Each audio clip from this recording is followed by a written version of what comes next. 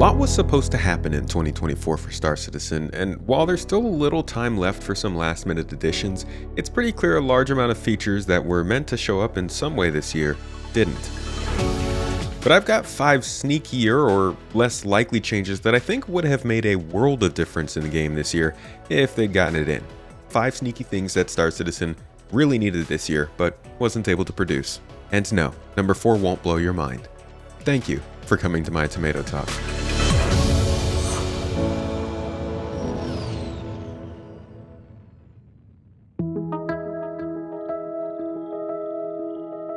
So this first one's a personal pick for me. As somebody who wants to focus on exploration and data management when not working with my org, sharing locations was a key addition in 2024 I was looking forward to. People will ask when I think exploration is coming to the game, and in reality, if we could just save and share locations, it'd already be here. Any valuable mineable, depositive salvageable panels, pretty ground location, or even the location of various caves and rivers, all of these could be sold to somebody to add to their star map, and getting paid for that gameplay is all you really need to legitimize it. But this capability has not materialized. Neither has the ability to download maps, or even the planetary surface map and associated transition. This is a pretty big disappointment to me because even with the small number of things to find in game, right now there's such a miserable sense of wonder or incentive to go anywhere without a waypoint system or a short distance travel system. Like Quantum Boost. It'll be good to remember that in the future, not every location in the game is going to be marked. In fact, I hope most locations aren't marked until you download the local courtesy map from the space station in the area. And even then, you should still be missing plenty of locations in my opinion. Because once material quality, base building locations, and more points of interest all get added to the game, the ability to find and mark these locations better be well established to fit right into the player's workflow. Because that kind of knowledge and that kind of information in game is going to be worth something.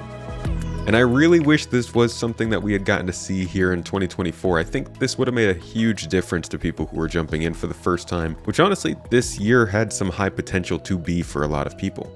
Hopefully, this is something that we do see in the game by the time Nyx comes around. Okay, this isn't a sneaky or small change by any definition of the words, but 2024 was definitely the year for stability to take a step up. The time was right. Squadron 42 was porting over features and it was hyped.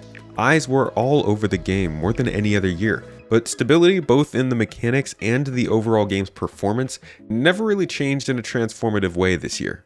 Only now we're just seeing server meshing in 4.0 entering the game, and we all know that first update is likely not to be the stability savior the game needs overall. But whatever pain needs to happen would have been nice to experience throughout the year in order to have a smoother launch of maybe 4.1 or 4.2 at the end of 2024. The most noticeable displays of instability for new players are the rubber banding, the desync, and long response times in the game. With the possibility of so many new players this year, I think this could have been an important part of the year and likely the most important thing to tackle in 2025. But unfortunately, stability is in a large way locked behind what can be done after server meshing is figured out. And in addition to the overall game stability, all those features shown at CitizenCon last year that emphasized the higher bar of quality across the game, they didn't all make it. While some of those features, a visual map refresh, some better UI across the game, and other quality of life improvements did make a difference, it wasn't nearly the glow up the game could have had given the features we were looking at. A fixed quantum travel system, the ability to FPS scan and ping, better utilization of the GPU, and multi-crew ship support, just to name some. These features had a lot of potential to continue replacing many of the systems initially introduced in 3.0 and modernizing the game, fixing a lot of the smaller things that tend to stack up in a player's list of annoyances over time.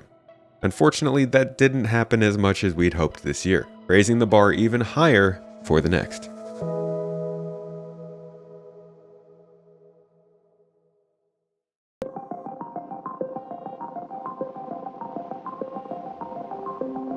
Hey, remember these?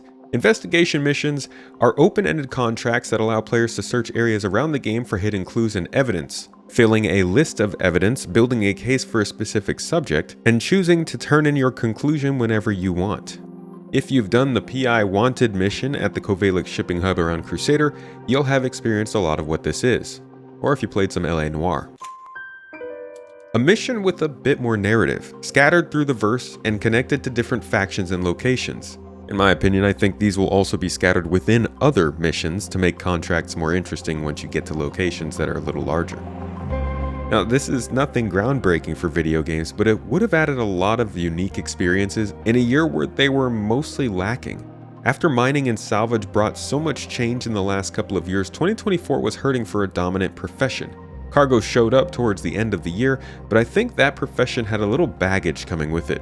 No pun intended. Investigation missions were worked on seemingly quite a bit in 2021, and were part of a new, more efficient approach to missions. But that new approach to missions hasn't hit yet.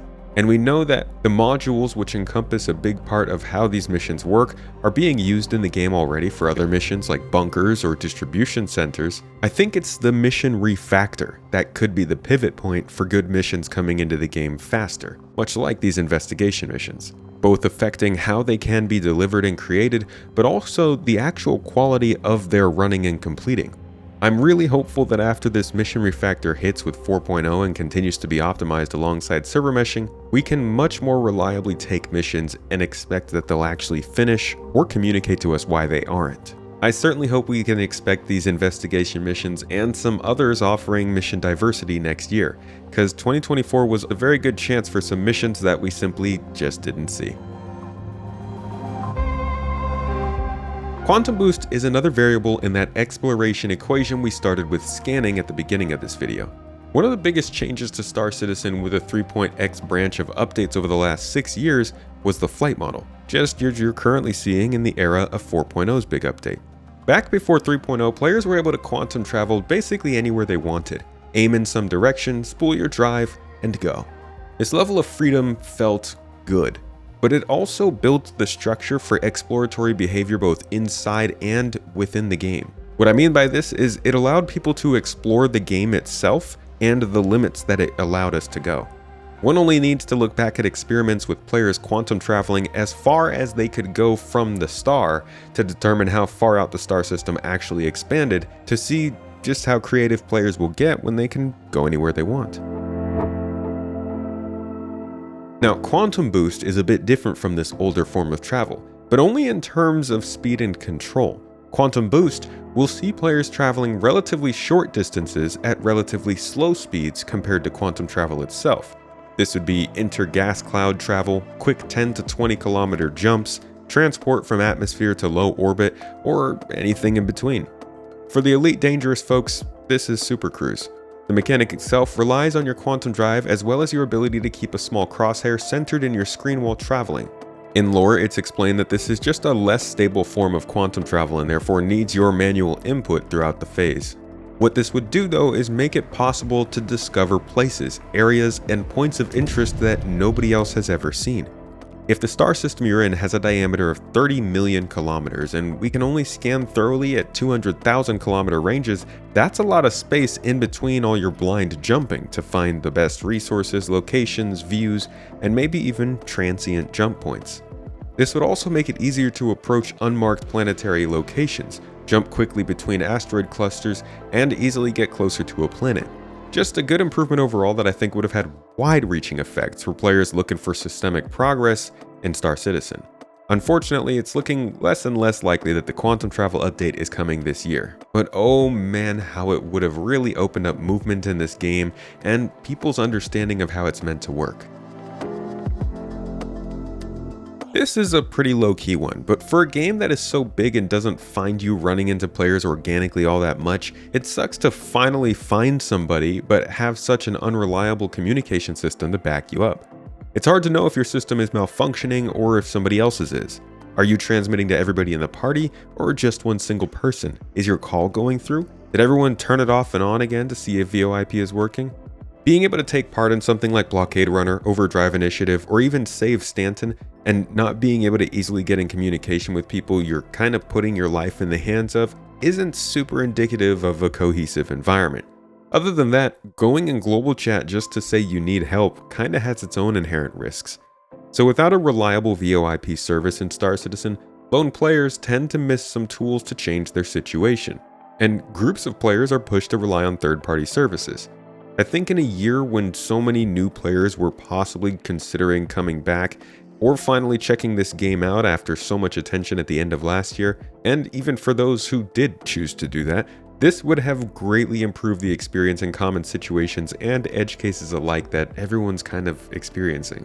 And I think improving the VOIP service could have been one of the sneakiest little changes that would have made the biggest difference for so many players in 2024.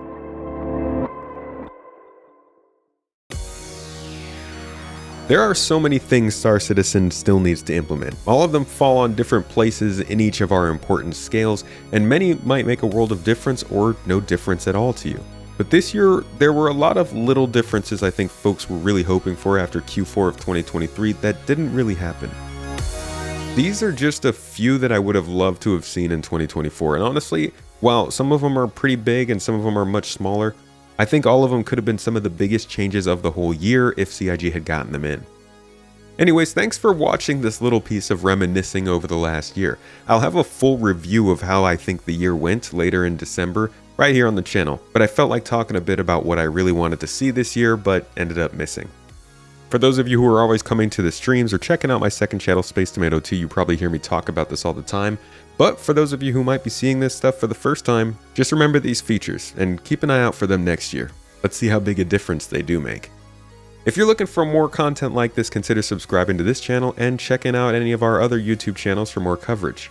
Otherwise, I hope you learned something new in this video, and I'll catch you in the next.